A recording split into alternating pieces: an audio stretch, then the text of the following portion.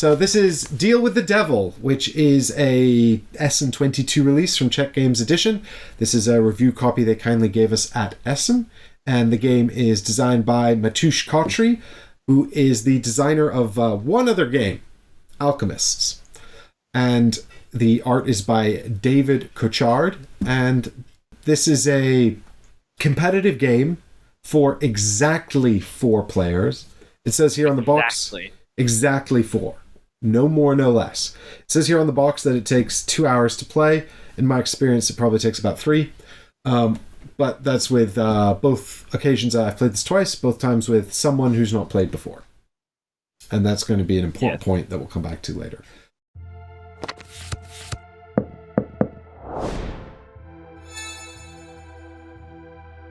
No way do I endorse dealings with the devil in real life, just FYI. But that's a whole new topic in itself. And it's whether you believe in the devil and all sorts. I won't go down that rabbit hole. Well, it's interesting because we have a comment here on the live stream that player count specificity is irritating. And I mean, I can appreciate the particularity of it. On the other hand, I think some games need to be more specific about player count.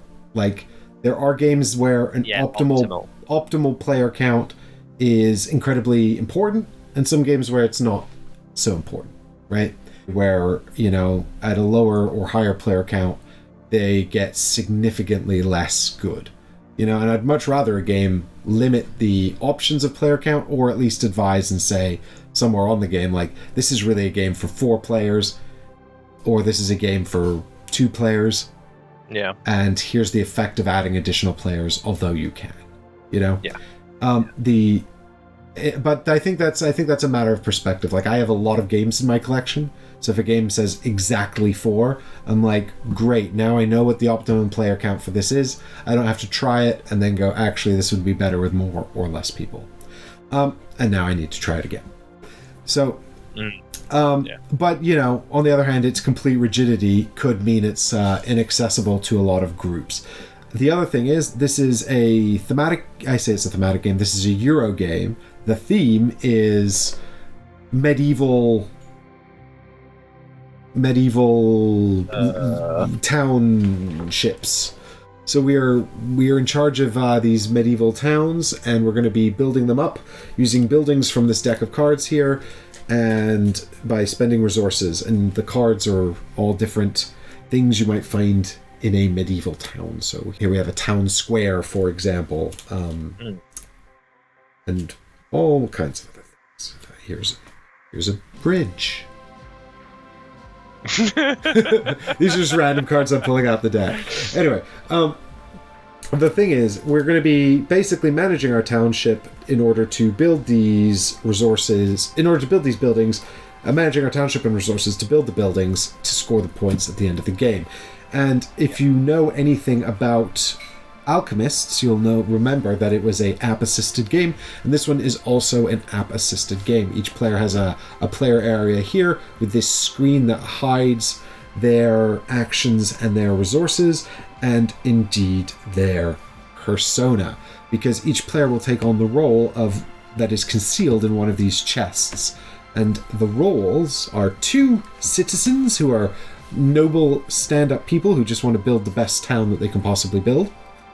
Then there's the cultist, who is somewhat evil and quite fancies building up a township, but not working as hard as everyone else.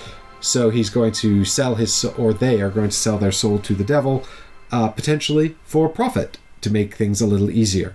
And then the final one is the devil, who has lots and lots and lots of resources and really wants to build up their township too, but actually is more interested potentially in acquiring the souls from the other 3 roles.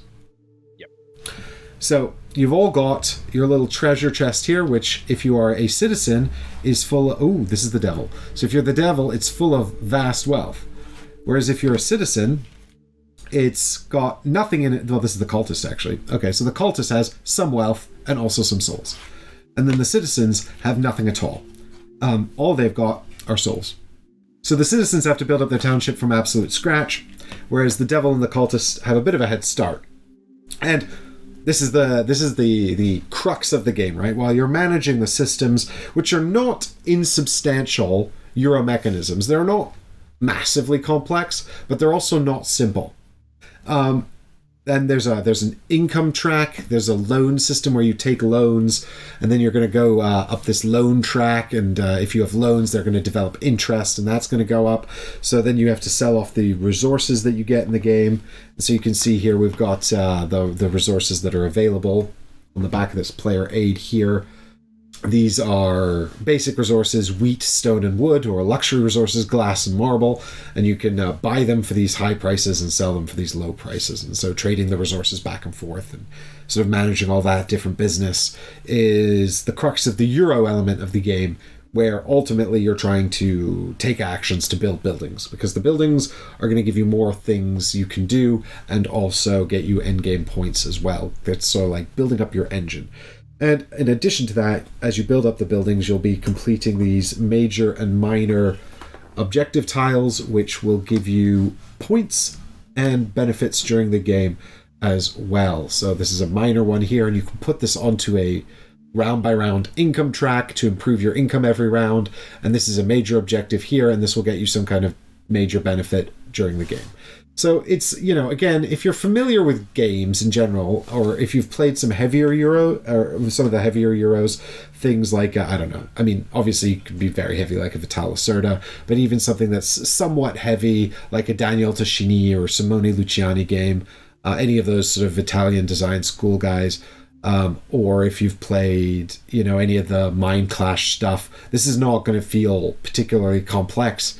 But, if you're looking at Starship Captains and you're a bit like, oh, that looks very complicated compared to what I'm used to, which is, I don't know, at this point, like Stone Age, then, yeah, this is going to be a major step up.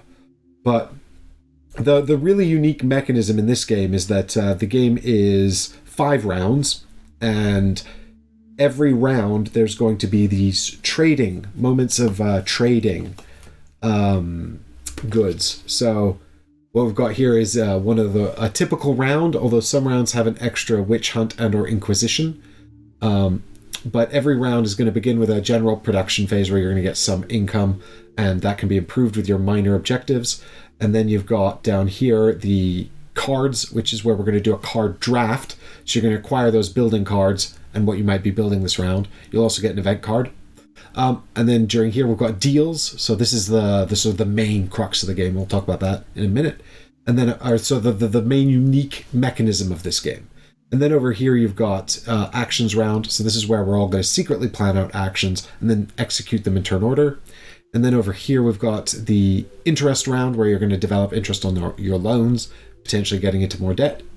Down here is reputation. We're going to check to see whether you have a good or bad reputation with the church, and you will be punished or rewarded accordingly. And then there's a witch hunt phase where everyone will try to guess at the secret roles of all the other players if they want to. And then at last, an inquisition phase where people must reveal their soul pieces and reveal that they can't reveal their soul pieces and may well be punished if they cannot. So this deals phase here is the main thing that makes this game unique, because as we said before, every player is given this hidden chest, and within the hidden chest is their starting resources, but that's during setup. Then in the deals phase, so you empty this out behind your player screen, and you'll get you've got all your little bits there. And then during the deals phase, you can set an asking price here on this dial. And this is the cultist. So the cultist can ask for money of different values, or they can ask for a piece of soul, which would be a piece of soul coming from the citizens, because the devil could actually sell the cultist a piece of soul that it had acquired from one of the citizens. But I can't imagine that happening. So you say, I want a piece of soul, for example, and then you put into the chest what you are willing to trade for that piece of soul. So, here is a piece of marble and a piece of glass. And you cover that up, and everyone secretly hands these into the center of the table, shuffles, all the chests are shuffled up, and then the app uses this QR code on the back to distribute the chests to people. And the deal phase is 2 rounds. So all the chests are distributed once, then they come back into the center, they're shuffled again, and then redistributed. And if you ever get a chest and you open it up and the contents match, and obviously the cultist soul wouldn't be in the cultist zone chest, but if the contents match the asking price, then you know someone took that deal already and you can't take it. But you have a second opportunity here to take the deal if you want. So you can take whatever goods are here, the glass and the marble, for example, and then you can put in a piece of your soul. And so, in essence, selling your soul to the cultist or the devil for wealth and vast riches. And so the game, I mean, that's basically the game. There is, at the end of round 3, this opportunity for everyone to sort of guess who the devil and the cultist are. And there's a sort of a mechanism where people hide their guesses in their chests and then simultaneously reveal the guesses. And if they get it right, then the characters are revealed and punished. And if they get it wrong, then the guesses are used up and they won't be able to do it again. So they can also decline to guess, or if not enough guesses are made, then that will happen again at the end of round 5. So the punishment is not super severe, so the devil will try, but it's not ideal, so it's in the devil's interest to remain hidden over the course of the game. This is a game that I think could be very player interactive, based entirely on your group. This could become an extremely heads down quiet game if that's the nature of the group. Or it could be a very sort of boisterous, you're the devil, no, you're the devil, no, I'm not the devil, wow, what made you suspect me, justify yourself, kind of table talk shouting game, if that's the kind of group you have. So it could really lean one way or the other. But the thing is, the opportunity to actually act on the sort of the hidden information is not all that frequent, because you don't decide who gets your chest. Like when you're putting together a deal in the deals phase, your chest is distributed to 2 people chosen by the app, and the app actually also has settings within it that are mysterious, shrouded in algorithm, that basically say, if this is your first game, turn this mode on for distribution of chests, and then if it's not your first game, turn it off. And so there's some kind of sort of fixed distribution of chests for your first game that then is, I guess, randomized somewhat for later games. But obviously, no player can control who sees their chest. So what you've got are these trading cards that show the resources available in the game. And what you're going to do with these cards is, during the deals phase at some step, you might say, okay, I really want glass and wood, so I'm just going to put these over here onto my player board, or, lean them against the screen there, and then whoever the devil is will be able to trade me glass and wood, and will probably want my soul. In fact, the devil, I believe, can only ask for soul. Yeah, 1 or 2 pieces. The devil can only ask for soul, yeah. The devil can't ask for money or anything else. So, there's also there's this sort of element of being sneaky if you're the devil, trying to keep hidden the fact that you have vast wealth right from the start, and if you just start buying stuff right away, people will see it. On the other hand, you also you score differently to other people in the end of the game. The devil's going to score points by the number of pieces of soul they've collected in the end game, and most other people are going to get a bunch of points for the major objectives that they've done, and then everybody gets some points over here. So the main thing is these major objectives here that the devil's locked out of. And so I mean, to cut to the chase, to cut to the skinny of this game, we've played it twice, and I think we can both agree that we didn't really feel like in either game the promise of the game manifested. Correct. I think that's a very good surmising statement. I think it was, again, I think a lot of hype had been built up about this, and loads of people were interested to see how this game would play out, because you specifically had to have 4 players, and it was all like Chris wanted to play it, and I think he was leaning he loves Blood on the Clock Tower. Yes, so I was going to say Chris loves social deduction games, so this offers the premise of a solid Euro game with a smattering of hidden role and also trading. And that on paper sounds awesome to me as well. Like I love the sound of that. And that's why there was a lot of buzz surrounding playing this, particularly the first time, wasn't there, when we got to play it at Essen itself. And I must admit, I don't like them. These social deduction games. I have the pure social deduction like Blood and Werewolf and stuff. Werewolf, I get all anxiety driven with them, and I hate them. It's like I get all stressed out about it, and they're not an enjoyable experience for me, because I get sucked in a lot into believing the wrong things, and then everything is so personally taken, which it's only a game, and it's all my personal traits. Well, some people are very triggered by them. It's not your reaction to those games is hardly a unique thing. Yeah, exactly. But yeah, it's I'm like, how could you betray me like that? And the rules, and that's the whole game. I'm like, but I thought we were friends. We are. But so I must admit, I went into this feeling very nervous and thinking, I hope I don't screw this up for the other three round the table, because it's not like I could go, I'm not playing this, have fun guys, because you have to have four around the table. So I must admit, I went into it with a little bit of anxiety, because I didn't want to get caught being the devil. But I think in reality, it's not the end of the world if you do get caught, is it? It's not this big... because the devil let's move on to that in just a minute, but just to wrap up, I think what you're saying there, I don't think in either plays this really triggered that response. I think you got a bit of it the first time we played, but you didn't find it massively anxiety inducing in terms. So I think that it's fair to say that if you're the kind of person that's sort of sensitive about hit and roll stuff, this game is probably less likely to trigger that than a game that's pure hit and roll. And quite frankly, I mean, and this is kind of where we're sort of coming to the skinny of this when it didn't deliver on the promise. And I'll break this down in more detail over the course of this video. But I think, to summarize, basically, it felt like it was potentially not a big deal if people's roles were outed.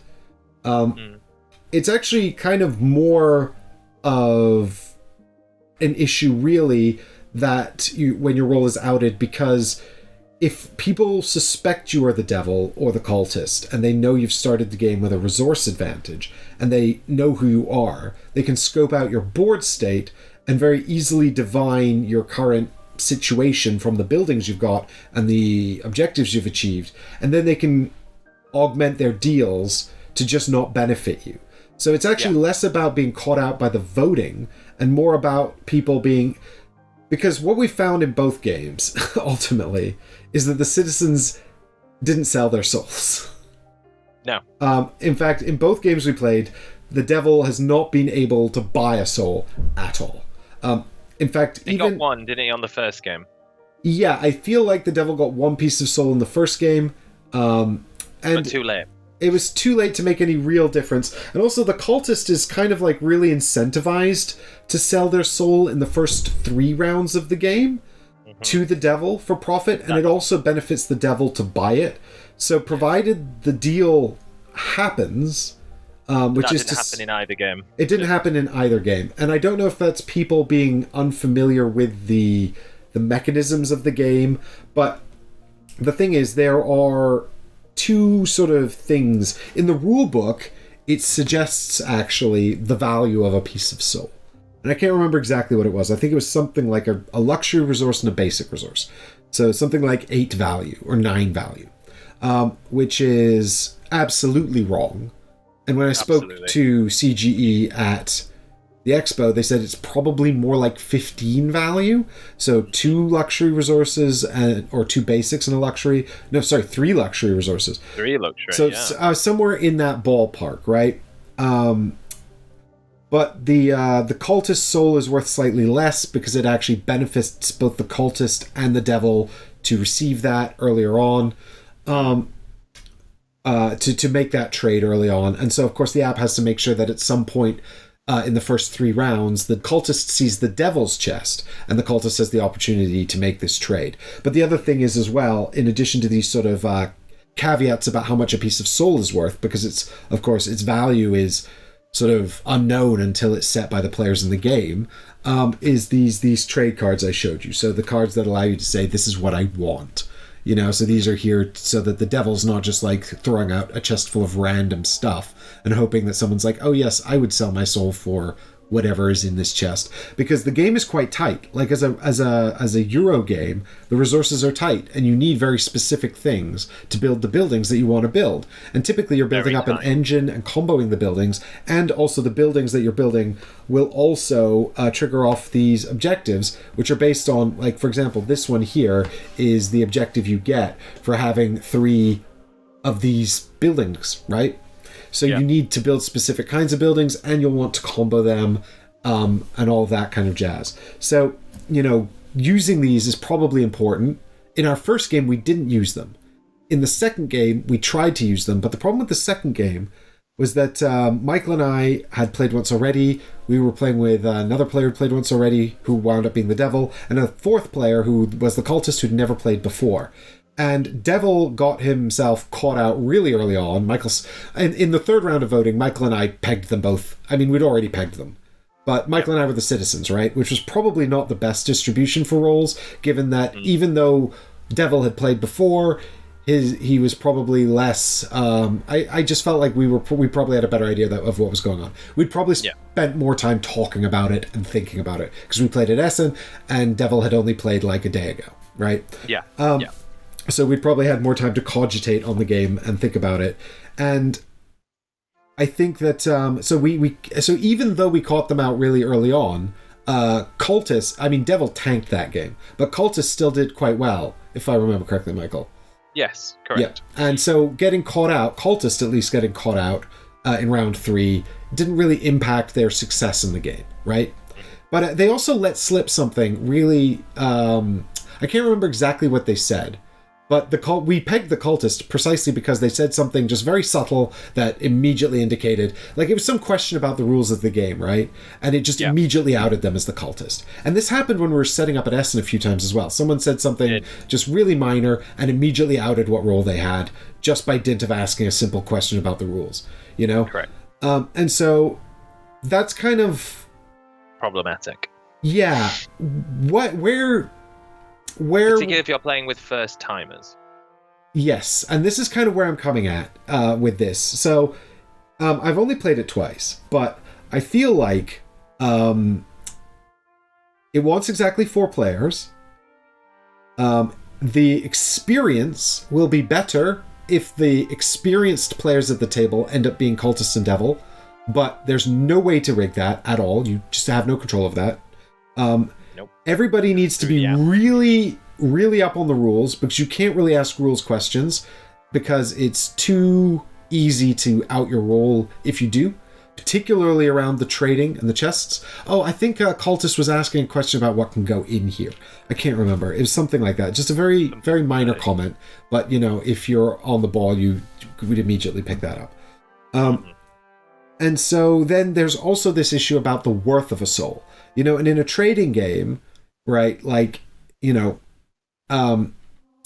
I find that the best trading games, board games, are trading games where the value of something is relatively opaque, you know, and I'm going to reference Sidereal Confluence here. I'm sure a lot of you have heard of it, and very few of you have actually played it. But it's an engine building game, trading in the 9th dimension, or whatever it's called, 9th quadrant of whatever. But everyone's an alien race, needs at least 4 players, and you're effectively building up an engine of cards that use resources to do different things. And it's so much mental overload to keep track of what everyone's doing and what all their powers are doing that you don't really know what anything is worth to anyone else. And then it's also got this mechanism of, like, sort of permanent resources that you can store between rounds and temporary resources that go away at the end of a round. So it works brilliantly as a trading game because nobody really knows what anything is worth to anyone else. So negotiations always end up with people sort of going, well, we've probably got roughly the same amount of things here, or like people are sort of much more willing to accept trades, and people often walk away feeling like they've both got a decent trade because nobody really knew what they gave away was worth to someone else. Really all they know is that they've got something that's of value to them. You know, and maybe even it's worth more than they think that the other person, worth more to them than they think that the other person thought it was worth to them. You know, so they think they pulled one over on someone, when in fact maybe they haven't, because maybe what you gave them was worth way more to them than you thought it was, right? And that's why it works so well as a trading game. But it is effectively just engine building and trading, and that's it, right?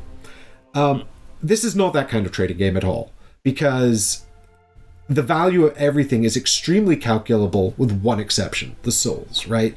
The value of a soul is really, really difficult to calculate. You can take a look on, I mean, the best way to do it, I suppose, if you were to attempt to divine, it would be to look at this board and say, okay, so if the devil has 1 piece of soul, it's worthless. If they have 2, it's worth 2 points. If they manage to get 4, it's worth 6 points. And if they manage to get 5, it's worth 12 points. 12 points is quite a lot of points in this game, but it's not a massive amount. It's not a huge amount, right? And then I guess if they manage to get 6, which would that be also? No, that would. There's 8 pieces of soul in the game in total. So yes, there's 8. So any piece over that is worth an extra 6 points. So really, if the devil's going to win by collecting souls, they really need like a lot. They really need to be up here at least, getting 12 points. They need to get cracking pretty much straight away.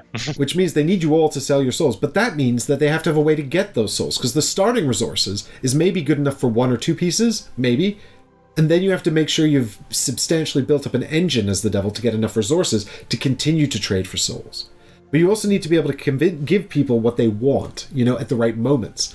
And, you might be able to fill a chest full of stuff for like a green player who's asking for wood and glass, but you actually have no way of guaranteeing that green player will see that chest in that moment, right?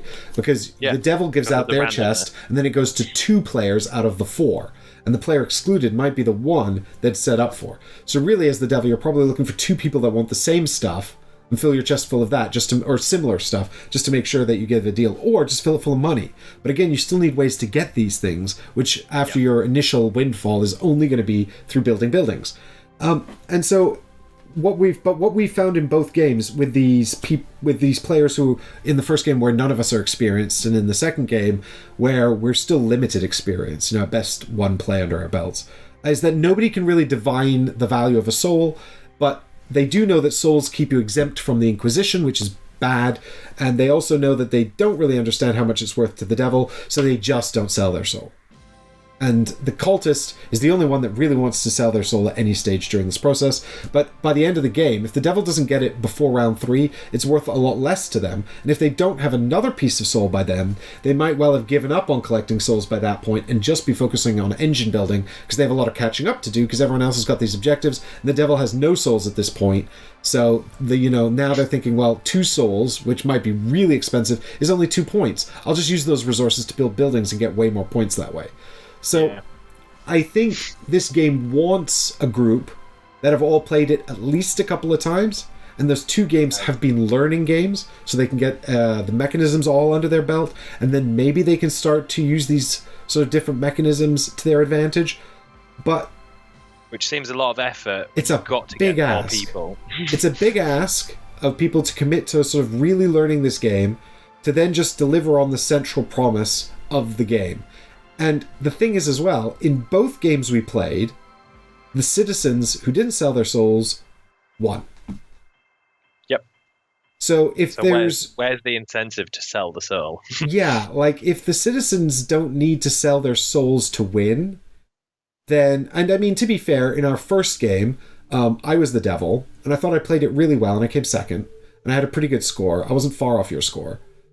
You weren't. It was probably about 4 or 5 points. So if it weren't for, the objective stuff, then I would have probably won that. But that's the whole point, right? I started with a massive windfall.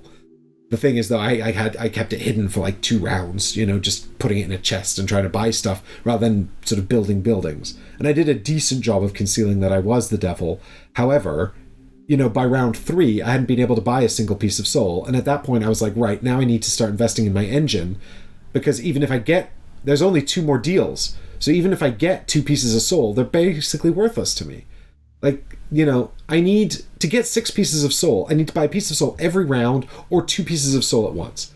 a couple of times, which is crazy. Like that's is mental. It's almost impossible. It feels almost impossible. Now, again, if you know the game better, maybe people start becoming more willing to sell their soul, but I don't see why they would if the citizen could do really well without selling it. It might be different if the cultist sells a soul to the devil like round 1, right? Yeah, it might be, yeah. Because that's why you probably need to play it again, don't you? Because we'll see how then that sets up the game. Yeah, I think, and again, but this is where we get into the sort of the caveats of teaching, right? And people needing to know the game. Because I think if the cultists sold their soul to the devil in round 1, then they would both gain the benefits of the sort of the soul appraisal phase in round 3, and the devil would be more incentivized to get more soul because they've already got a piece, right? Yeah. But then you need to know the game, and you need to know to do that. And if the devil doesn't make a good offer, like the devil needs to know to make a good offer to the cultist in round 1 or 2, right? And then also they need that deal to go to the cultist, which the app needs to ensure. And there's no way of guaranteeing that. I don't understand the app's algorithm. But anyway, like the game maybe the first time play, it does have that built into the algorithm. Maybe. I don't know. Maybe it doesn't. Maybe the idea of the first play is to sort of go easier and not sort of force people to... But the thing is, it just feels like so much needs to fall into place and go right for the game to deliver on this premise of selling your soul for massive profit or buying souls, And that's kind of like where we say it's full of promise, and it just doesn't really feel like it delivers on it, because there's the trading is there's no haggling. You can't haggle because you have to set your prices before the trading begins. But it's all in secret. You can't haggle if there's... And I mean, what I was doing during our very first game was I was sitting there during the deals going, I hope Mr. Devil gives me some glass. I'd really like glass, which I was doing for sort of 2 things. One is it's a double bluff, because if I am the devil, right? So why would I be trying to make a deal with the devil? But it's also, I was hoping that other people would follow suit and start doing that, so that I knew what they wanted, and I knew what to offer them, and then nobody did. No one picked up on it, did Nobody picked up on it at all. And they were all just like, Well, you kept saying I was the devil, and then Chris was convinced I was the devil because I looked all sheepish and red because I was having anxiety issues. Hidden role. Pinned it on Michael. He's a useful scapegoat. I was like, no, I'm not. And I mean, to be fair, like that first game was immense fun, even though it didn't come together. We had lots of fun, but mostly poking at each other. You had the banter of, you're the devil. No, I'm not. Yes, you are. But also concealing that I was the devil, right? Like, it's kind of like Resistance, right? When you're playing Resistance and you finally get to be the traitor, and you're like, oh, I'm the traitor, and you just have this like massively different experience to everyone else, and I got that from being the devil in the first game, and that was really exciting. But ultimately, I realized, even at the end, I don't think people voted me as the devil. No, because you all blew your votes in round 3 and got it wrong. That's right. So right. You sussed me in round 4, but then it didn't matter because there wasn't going to be a vote in round 5. There wasn't going to be another vote. No. And that was us really not fully understanding... that you wouldn't get a second vote. The voting mechanism. Yeah. Yeah, that it was... it could well have... I think it was partially not understanding how the voting worked, and also partially... my incredible bluffing skills and lying skills, Michael. Really? Nobody buys that. Anyway, so that's the thing. Like, I don't know what to do about this, because I feel like all the people I've played it with, it's going to be really... even if I manage to get you and Chris back to the table to play it again, we're still going to have a player that's probably never played it before. So realistically, I need to get like a group of people that are really committed to playing it multiple times, and then we need to play it at least like 3 times, and then maybe we can see if these mechanisms manifest. But I kind of feel like they won't. I just get the impression that it didn't wow you enough to want to play it 3 times in a row. No, I would only be playing it because I'm a board game academic who's interested in these things. I'm pretty convinced that the only other people who would be interested in playing it this many times with me would be other people like me. Yeah. Like the kind of people who sit down to play a board game in their local board game club and they just want to have a fun, relaxed evening are not going to be wanting to explore this. No. This many times. It's like, do you want to write off 3 evenings to play this game, which may never actually come to fruition? And to be fair, you could probably, if you'd played it once or twice, you could probably get it down to the 2-hour playtime that's promised. And there's a lot of sort of sitting down and counting numbers and making sure you have all the right numbers, you know? And I think it needs to have that banter, you know? I think it needs to have that banter. I agree. Of like, I need this, devil, please sell me this, you know? Absolutely. And so there are my key fundamentals, really. You kind of need the people to say what they need, which is what the cards were there for. So that, I think, is fundamental, because that's fundamental for the devil to understand what he needs to put in his chest, even though it's random and someone might not get it. The thing is, sorry to interrupt, I'll let you continue in just a second, but having played with the cards in the second game, I actually don't think they did a whole lot that shouting wouldn't have done in the first game. Exactly. But I suppose, I don't know, having a visual aid helps some players, don't they? Yeah, certainly, yeah. Especially those that are less inclined to table talk, or if you have a group that's much more Euro-minded. Exactly. But 2 is getting this value for what, yes, I want this, but then how much of that do you put in to get to your soul? And that's what you went into quite a lot of detail, is this, it's really difficult to quantify. Yes, the value of a soul is very difficult to quantify. And to be fair, like, the problem is twofold, because it's got to be, what is the value to the person selling the soul, but also how much is the devil willing to pay for it? And that's going to get exponentially greater the more people that have sold their souls, and only the devil really knows that. The Witch Hunt can give you some information about that, because everyone who has 3 pieces of soul may reveal them to avoid penalty. And if you don't have 3 pieces, or you choose not to reveal them, which would be an extremely fringe case that I can't imagine ever coming up, but if you don't have 3 pieces of soul, you have to simply say, I don't. Right? And then you are lightly punished. Mm-hmm. But again, like, that's... But it's all to cast around suspicion, because you could have been a townfolk who has sold one of his pieces, and you say, I don't want to. So everyone's like, ooh, is he the devil or the cultist? Because he doesn't have 3 pieces, when really he's just a... Well, it's very difficult, because of all the possible permutations of trading that might have happened at that point. It's very difficult to divine any concrete information. Really, the ideal scenario, I guess, for actually making a meaningful conclusion from that is either 2 people reveal their soul, 3 soul pieces, which means 99% chance no trades have happened, or only the cultist and the devil have traded. There's a fringe case where everybody has sold a piece of soul to the devil, and the devil has 3, but then 2 people can't reveal it. So maybe one person sold 2 to the devil, the cultist has sold theirs, so now the devil has 3 and the one citizen has 3 left, right? But chances are, And then the other fringe case is nobody can reveal 3. And that's actually, I think, the most useful situation, because that means people have been selling souls to the devil. So you know that the devil has acquired at least, probably at this stage, 2, more like 3.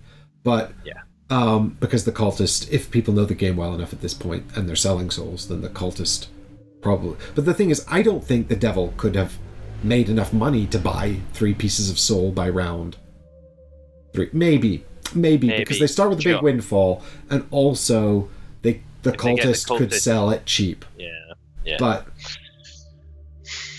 But that's what I mean. Like, you have to be so on the ball and so familiar with the mechanisms to divine anything meaningful. You can't really, if you've got new people in the cultist role, how possible is that going to be? Well, yeah, I mean, the thing is, ideally, you want a new person to be a citizen, but you can't rig it. There's no way.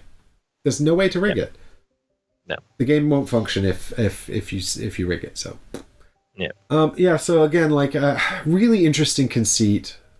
Really interesting combination of mechanisms. Just doesn't... I don't know how or if it's possible. Would you play it again? Do you need to... Well, like I said, with this group, with a group of people who are like, I really want to play this like 3 times and see if it can deliver. I would definitely do it, but... I'm trying to remember if Chris would play it again with you. Oh yeah, no, Chris has only played it the once, and he's still convinced that with the right group, there's a game in there. Yeah. And I mean, I agree, though. I think, like, you know, the caveat with the right group, there's a really strong game here. But there is. The right group is... I think it has like, a lot of potential. The right group is 4 people who are really good at reading mechanisms, who are really good at playing social deduction, who've played this at least 3 times already, you know, and who are interested in getting to that point, you know. And I would say that I don't know if that group exists. At least... It's like... Is it the search for the Holy Grail? Does it exist? Is it there? I think that it must be out there somewhere. Yeah, maybe. Yeah. I mean, a super niche and interesting thing, but I think that even if that group... My glass is half full. Yeah. But I mean, I think you could say pretty much with any game, this game would be fun with the perfect group, you know? Anyway, that's going to wrap up our conversation about Deal with the Devil. If I ever get it back to the table, I'll let you know. But for now, a curiosity. I don't know if I'll keep it. I'll have to find out if there's anyone interested in playing it with me. If you've played it and you have vastly different experiences, if you found a way to sort of deliver on this central promise of selling your soul and trading and sort of a tight game between a devil and a citizen who's sold some of their soul or who's acquired a bunch of souls, I was going to say, we're really interested to hear if you've played it, the devil has won, and the devil has won by gaining a lot of souls. I'd be really intrigued. And did they win by a mile? Or was it close still? Or did they acquire 6 pieces of soul and still lost? Yeah. Let us know. Let us know what happened. I'd love to hear. I'd love to hear your story. And if we actually get some interesting comments down below, maybe we'll revisit it and I'll read some of them out. I'd be very interested in that. Yes. Cool. So that's Deal with the Devil. Thanks for watching. Bye.